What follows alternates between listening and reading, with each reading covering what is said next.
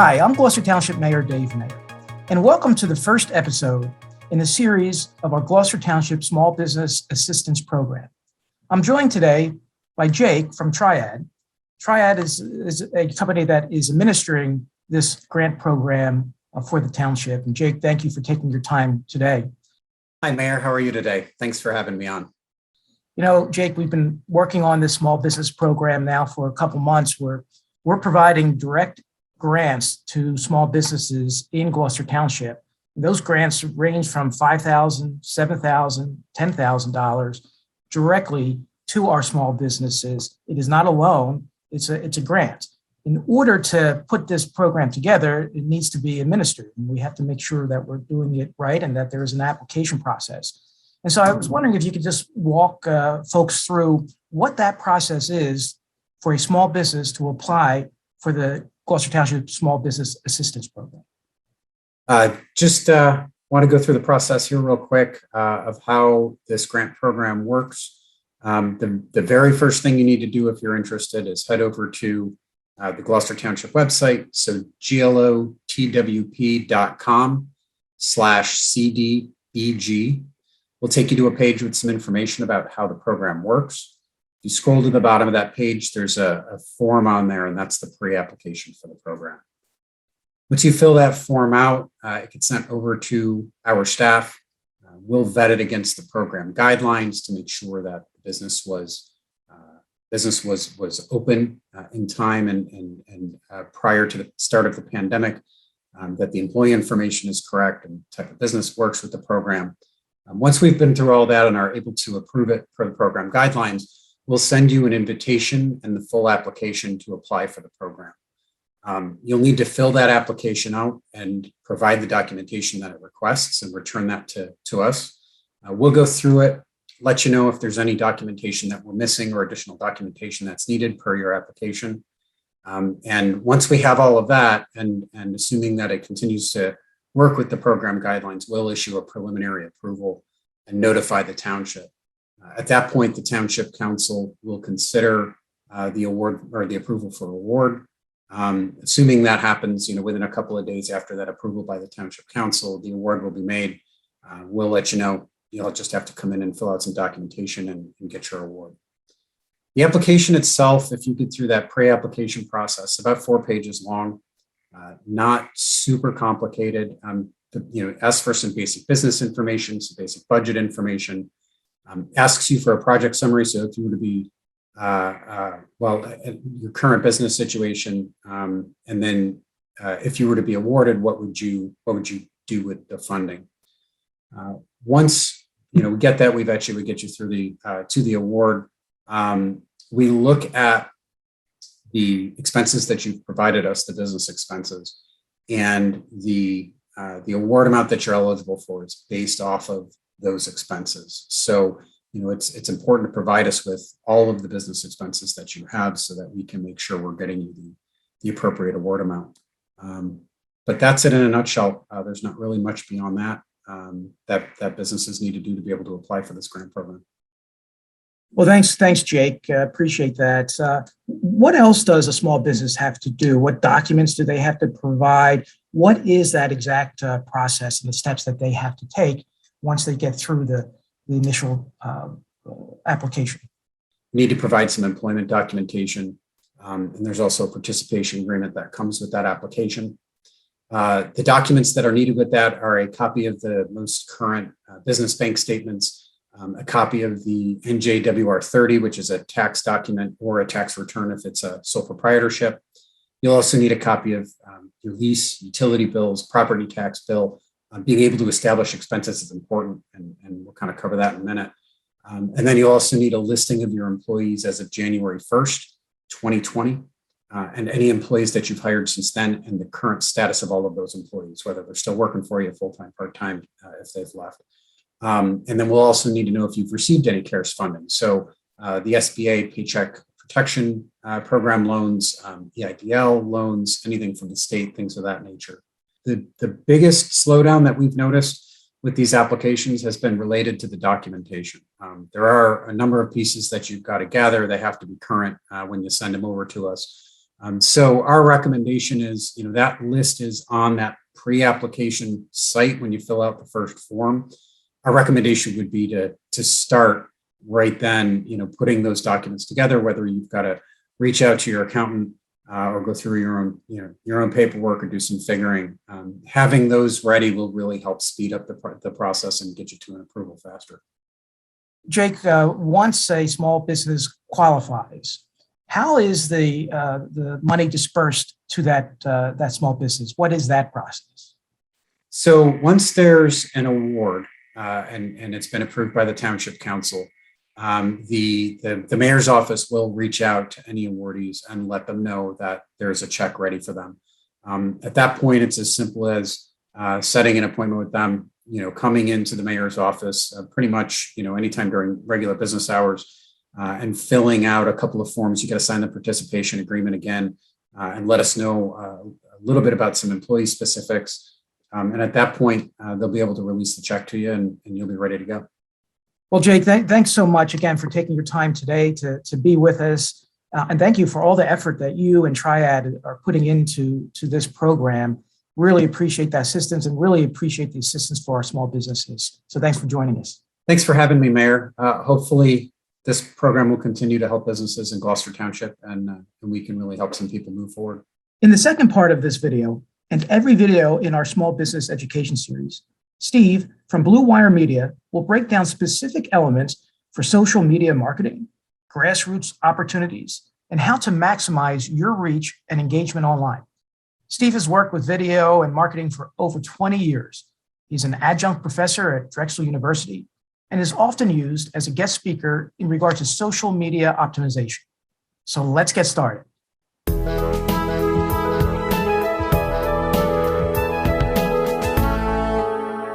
Hi, I'm Steve from Blue Wire Media. This is the first in a series of 6 videos as part of the Gloucester Township Education Series. We'll be talking about social media, media marketing, sync and control of your social media outlets and your website, also advertising on social media, and some other content. Most of these videos will be about 20 minutes. This one's going to be shorter because I'm just going to do the most basic kind of information to start people off if they're not sure about what social media outlets are out there to best serve your business in regard to organic searchability. First off, just seeing who's talking to you, here's a little bit about me. I've been in the industry for quite a while, and I am also an adjunct professor at Drexel University in their media department, and have been hired and do guest speaking in regard to social media optimization and this exact style content that we're going to be running through for the Gloucester Township Educational Series. I think an understanding of what's most important here is what the goals are. So let's establish that first. The goal is for you to understand social media outlets and how best to use them to make your business be found. But I think it's important to understand what is social media. Now, I'm not going to read through all the slides. These are going to be available for download, the whole presentation in each part as a series, so you can read through it at your own pace, but I'll just hit some highlights that I think are important. Social media is really a collective of online outlets that are designed to engage your customer base and build your brand. It is called social media because you need to be social. Please don't just sell. It's about engaging your customer base. This graphic is unbelievably overwhelming to a lot of people. It is actually a wheel of social outlets, what to use them for, in sort of a funnel to keep them organized. So why would you use social media to market your business? Why would you use social media to engage your customer base? Well, you could increase brand recognition and loyalty. It helps you build a loyal fan base that you can market to when needed. If you're providing content that they're interested in, they will share it, which helps spread the word with a trusted and reliable reference. Meaning if they share your content, it's coming from a user and going to their Facebook page, for example, and their followers see it, so they tend to trust the content. And as we all know as business people, a word of mouth recommendation from someone you know has a lot of weight in regard to you attempting or trying to use that service. In doing this for so long, I've come across so many people that really don't understand who their target market is, who they're going after as customers, who their actual customers are. And I think you need to do a little bit of that research before you really spend too much time working in the social space or working in any real advertising. You don't want to waste your money. You don't want to waste any of your time. It's very important to maximize that time. So let's think about who the target is, who your actual customers are, and what they're interested in regard to your business. The thing I hear is my audience is everyone. I have a pizza parlor. My audience is everyone that eats, so it's everybody, but it's not. It's people in your geographic area. Most restaurants or pizza parlors have, for example, a certain radius people will come from to use their service, and that's something to give a thought to. Also, understanding the different audience types is very important. If you have a younger and older client base, you may speak differently to them on different social media outlets or different advertising pieces that you make. And that's important to understand in regard to the language you use and images or where you're placing that content. So the following slides talk about what social medias are currently very popular in regard to what they do for organic search engine optimization. And again, quickly, organic search engine optimization is when your business, your company, you as a person has more clout, has more searchable content based on the shares you have, based on the likes you have, based on the followers that are engaged and how they engage with your content. All of that helps you get found easier on Google, so you come up higher in their rankings, therefore are earlier in the pages as you do a Google search. Let's go through these outlets quickly, discuss their benefits, and I'll give you some highlights that I think are important. So Facebook is a great way to connect to people who follow your business already, realizing that many people that follow or like your business are your supporters and they're already there, so you can engage them. What engages people most are stories or content regarding your staff, about things that are happening at your business. And again, everything is relative to your business itself, but you can use Facebook to drive people to your website, and we'll get into engaging content and what that is in episode 2. But for now, let's just say you want to engage your customer base. So talk about things they're interested in, talk about things that are about or around your business. So things that relate to your business are good ways to reach out to people. And as you post, you can use the analytics built into Facebook to see what posts are getting the most engagement, what content is getting the most engagement, and then build on that success. Twitter is out there just like Facebook has been for quite a while. Twitter is very interesting because it's highly searchable. It's more friendly to hashtags and using hashtags to help direct people and pull more people into your business, your scope of business, by selecting broader hashtags and a specific direct hashtag to your business. Again, we'll be going through that in an upcoming episode. Just wanted to touch base on the outlets for now. Here's some tips for Twitter. Know that if you have interesting content or interesting people in your posts, it's absolutely appropriate to tag them on this outlet, and that gives the opportunity for their followers to see what you're all about and that they potentially support your business. Instagram is a highly searchable, photo-driven platform. So great pictures, great images, along with story that relates to your business, to the photo, generates clicks, generates interest. Instagram is a highly searchable photo sharing app. Again, it's available on all mobile devices and just recently has launched the ability to allow people to upload photos from the desktop, which is very interesting. I think one of the things that's important to understand about Instagram is it's great to do, but you need to commit to it. So you need to just post some pictures, a few things a week. You can even do them all at once, but you need to get the content out there because you don't want to be forgettable on that outlet. With Instagram, like any of these other social media outlets, the quality of your posts, what you're showing, how you're showing it are very important. Great pictures tend to get more clicks. Great pictures with stories tend to get even more clicks. Please be very cautious of using content that isn't yours. Copyright is an issue, and you want to make sure that you're supporting any artist's work. So if you need pictures, purchase, download elements from places like Shutterstock, or take photos of your own. They're going to get more engagement than a stock photo anyway if people see your staff and they know your staff, or they see you. Instagram is a photo-driven app, but tell a story. Engage people. The more interesting short story that helps engage viewers, the better it is, the more clicks you'll get. And it's okay to have a call to action. You can tell people what to do.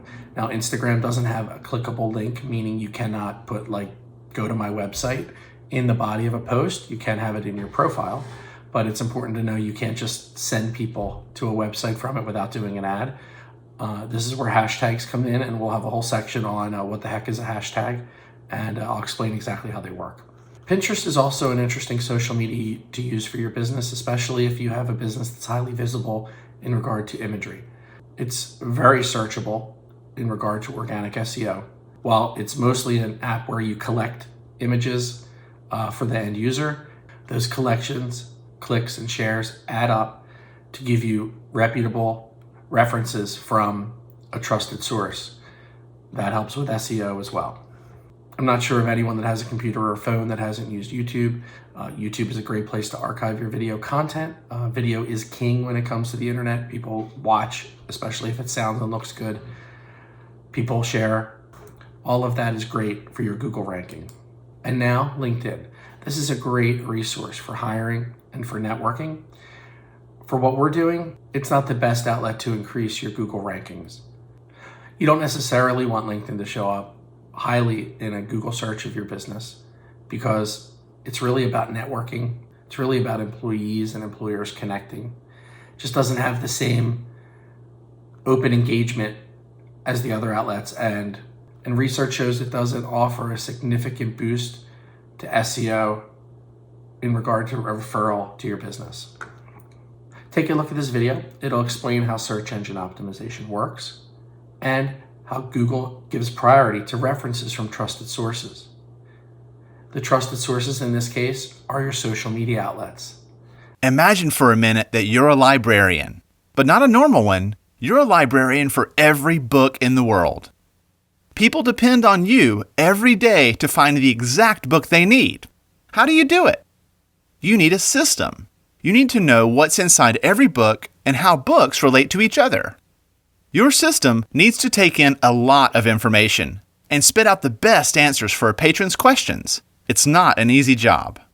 Search engines like Google and Bing are the librarians of the internet. Their systems collect information about every page on the web, so they can help people find exactly what they're looking for. And every search engine has a secret recipe called an algorithm for turning all that information into useful search results. Now, if you own a website, search results matter. When your pages have higher rankings, they help more people find you. The key to higher rankings is making sure your website has the ingredients search engines need for their recipes. This is called search engine optimization, or SEO. As it turns out, most of the big ingredients are known. Let's take a look. First, words matter. Search engines account for every word on the web. This way, when someone searches for shoe repair, the search engines can narrow results to only the pages that are about those words. Second, titles matter. Each page on the web has an official title, but you may not ever see it because it's in the code. Search engines pay a lot of attention to page titles because they often summarize the page like a book's title. Third, links between websites matter. When one web page links to another, it's usually a recommendation, telling readers this site has good information. A web page with a lot of links coming to it can look good to search engines. But some people try to fool the search engines by creating or buying bogus links all over the web that point to their own website. Usually, search engines can detect when a site has a lot of them, and they account for it by giving links from trustworthy sites more weight in the recipe. Fourth, the words that are used in links matter too. If your web page says Amazon has lots of books, and the word books is linked. Search engines can establish that Amazon.com is related to the word books. This way, when someone searches for books, that site will rank well. Lastly, search engines care about reputation. Sites with a consistent record of fresh, engaging content and growing numbers of quality links may be considered rising stars and do well in search rankings. These are just the basics, and the recipes are refined and changed all the time. Good SEO is about making sure your website has great content that's supported by the ingredients that search engines need for their recipes. Well, there we go. I think that explains it pretty well. The weight and importance of referrals from trusted sources to your website's searchability, and to your business. Those trusted sources are social media outlets. The more people talk about your business, the more people share your posts, the more people that engage with your content, the more weight that has with Google's searchability. So don't get scared. It seems like a lot. There are a lot of social media outlets out there, but you don't need to do them all. Let's focus on the ones that work best to optimize your organic SEO and build your searchability. Again, this is the first in a series of videos. We will go into much more detail in other episodes. Hopefully this served as a highlight for those who don't have a strong background or need more information about social media. Just a few other quick things. When I say Google, I mean all search engines. There are so many out there. They all have their own way of cataloging websites and scanning their data, but they all basically work the same. This is a first in a series of videos. There'll be 5 more. Those videos will go into much more detail about searchability, content, how to get found, syncing your website and your social media to maximize its impact, advertising on social media, and so many more things. If this went a little fast for you, please feel free to watch it again. Download the PDF of the pages that we discussed today. On the Gloucester Township website, there's an area where you can submit questions. I will get back to you, and my team will get back to you with answers. We can also set up a private teaching session once we get a little further in the process. Thank you for watching the Gloucester Township Education Series. See you soon.